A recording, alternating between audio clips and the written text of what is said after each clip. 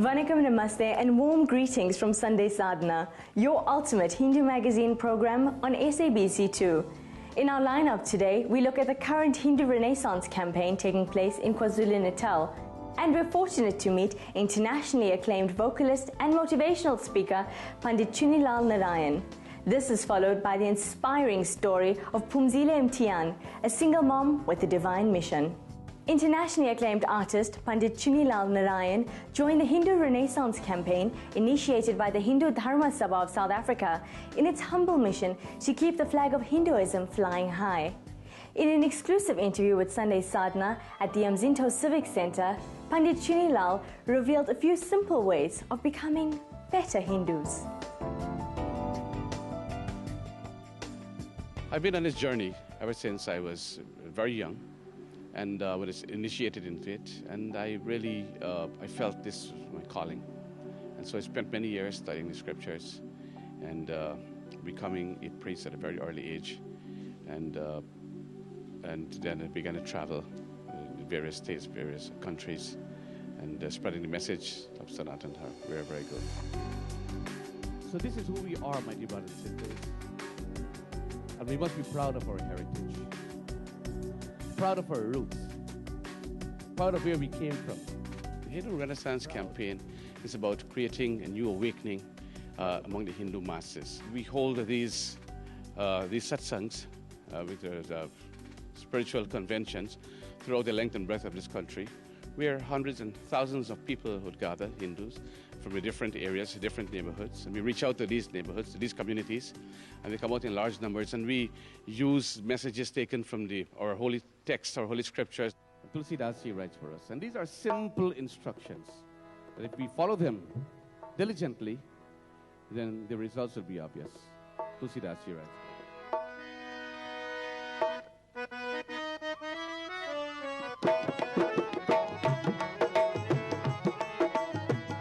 That contain valuable information and that needs to be relayed to the Hindu masses so that they can be reminded of the importance and the value of our Dharma, which is Sanatana Dharma. Music is a therapy by itself, especially it's classical music, light music, Indian music, based on these ragas and these beautiful melodies. But again, if you look at the origin of music, you'll find that it has its origin in Hinduism as well, in Hindu culture. Lord Krishna, for example, he's seen with his bansuri. His bansuri, this flute, of course, is one of the most ancient, exotic Indian instruments. And from that music, it calms, it soothes, tranquilizes, quells the turbulence of the mind. And then you have also in the hand of Lord Shiva is the Damadu. You get rhythm from that. And then again, you have in the hand of Saraswati Ma, this Veena, this sitar, again, that produces. You put all these instruments together, and of course, you can't help but feeling mesmerized or hypnotized by the effect of music.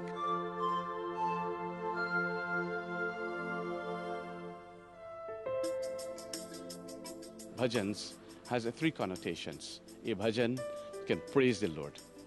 Tumi ho mata pita tumi ho, oh Lord, you're my mother, you're my father. Tumi ho bandhu sakha tumi ho, you're my friend, you're my companion. So you're praising the Lord in this bhajan. Then there are certain bhajans where messages are sent to humanity. For example, dekh tere sansar ki halat kya ho gayi Bhagwan, kitna badal gaya insan. Look how much the world has changed, oh Lord.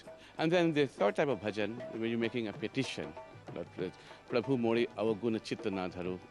That Lord, please do not mind my faults. Please take away all my limitations.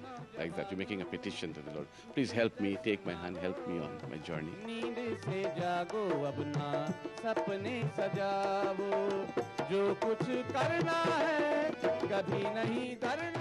This world is changing rapidly. We're now living in a different age. Technology is at the fingertip of every youth. So the youth have this information now. They have adult information. And sometimes you have to treat them like adults now because sometimes they know more than the adults. So what we've seen here, in the course of this change, we've seen this traditional culture that was steeped in its antiquity, for example, now it's been going in a different direction.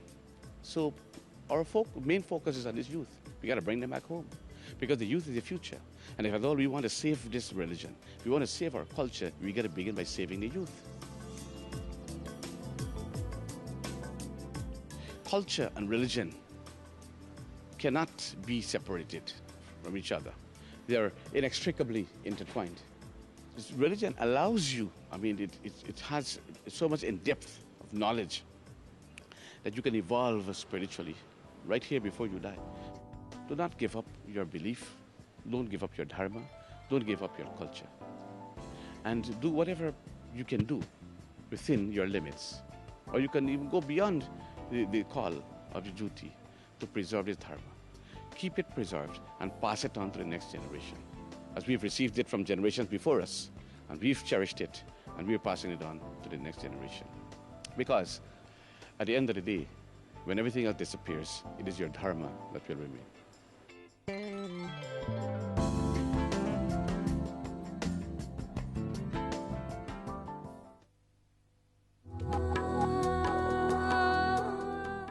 For many, the thought of becoming a single parent is daunting, but for mom of three, Phumzile Mthiyane, this is a daily responsibility which she looks forward to and treasures immensely. Since joining the Divine Life Society of South Africa, Phumzile's life took a turn for the better, unlocking a more fulfilling chapter of her life. Today, Phumzile shares with Sunday Sadhana her heart-rending story of toils and triumphs.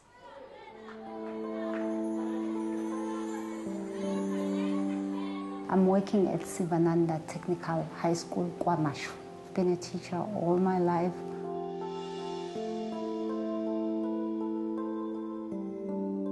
Divine Life Society is the founder of Sivananda Technical High School. The principal, Mr. E.V. Nzama, he had reverence for Sri Swami Sahajananda, and he had passion for Divine Life Society. He really acknowledged the fact that they were the founders of the school. So somehow, I just appreciated the fact that they built the school for us. And Sri Swami Sahajananda was just a peaceful man, and I was really attracted to him in a sense that he depicted excellent qualities for a human being.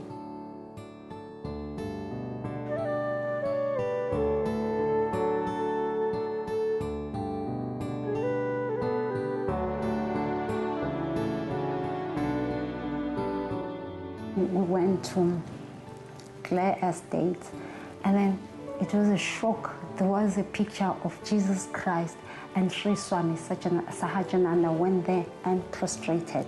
And I was shocked, and then I asked him, why? And then he said, everybody who comes in here must go and worship his or her master. That was the day that changed my life forever.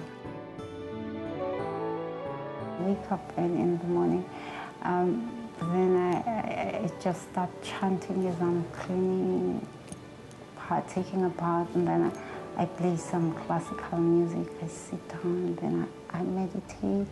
And in the morning, then I make sure that I chant Om Triyam Padam Yajami His. Yes, I chant that, and Om Namo Bhagavate Shivanandaya. So I do all that in the morning. And also one thing, I'm practicing Brahmacharya, striving for purity. That is why I'm wearing a yellow sari, so I'm just fascinated by that. It's what I'm striving for at the moment, and it's what is keeping me going, and it's my greatest achievement here on earth. By the way, I still go to church also. To me, it's like I'm feeding my soul, I'm nourishing it, so I'm using all the vitamins for my soul. So that's what I'm doing.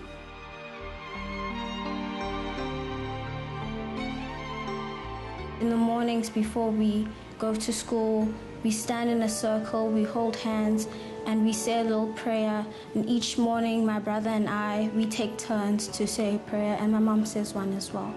I decided to be a vegetarian because I just realized a remarkable change in me. I realized when I grew up, nobody told me to believe in myself. I took a vow that I am going to train those kids to believe in themselves, because it gives you wings to fly. They are able to survive all the storms. They are able to climb the mountains. My mom always tells us that we should be honest to ourselves, honest to others. We must always pray, and we must be grateful for what we have. She taught us that we should be kind to others, we must love others, and we must always work hard in whatever we do. When you fall down, you have to get back up, and God will be with you. And just remember to pray as well, and work very hard. Life is not going to be easy, but life is what you make it.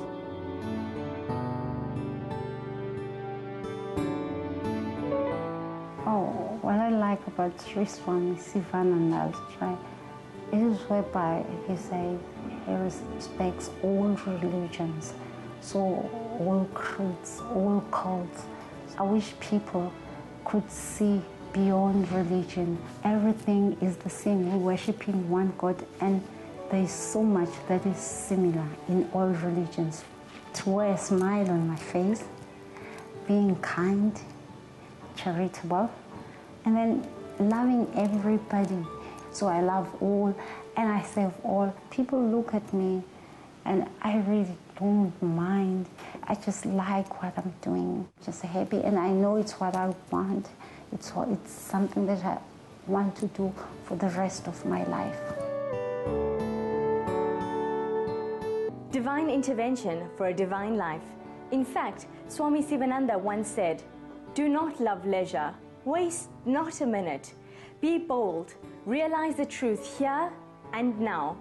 Remember, there is no better moment than the present, so seize the day and keep up the sadhana." Until next week, Hari Om.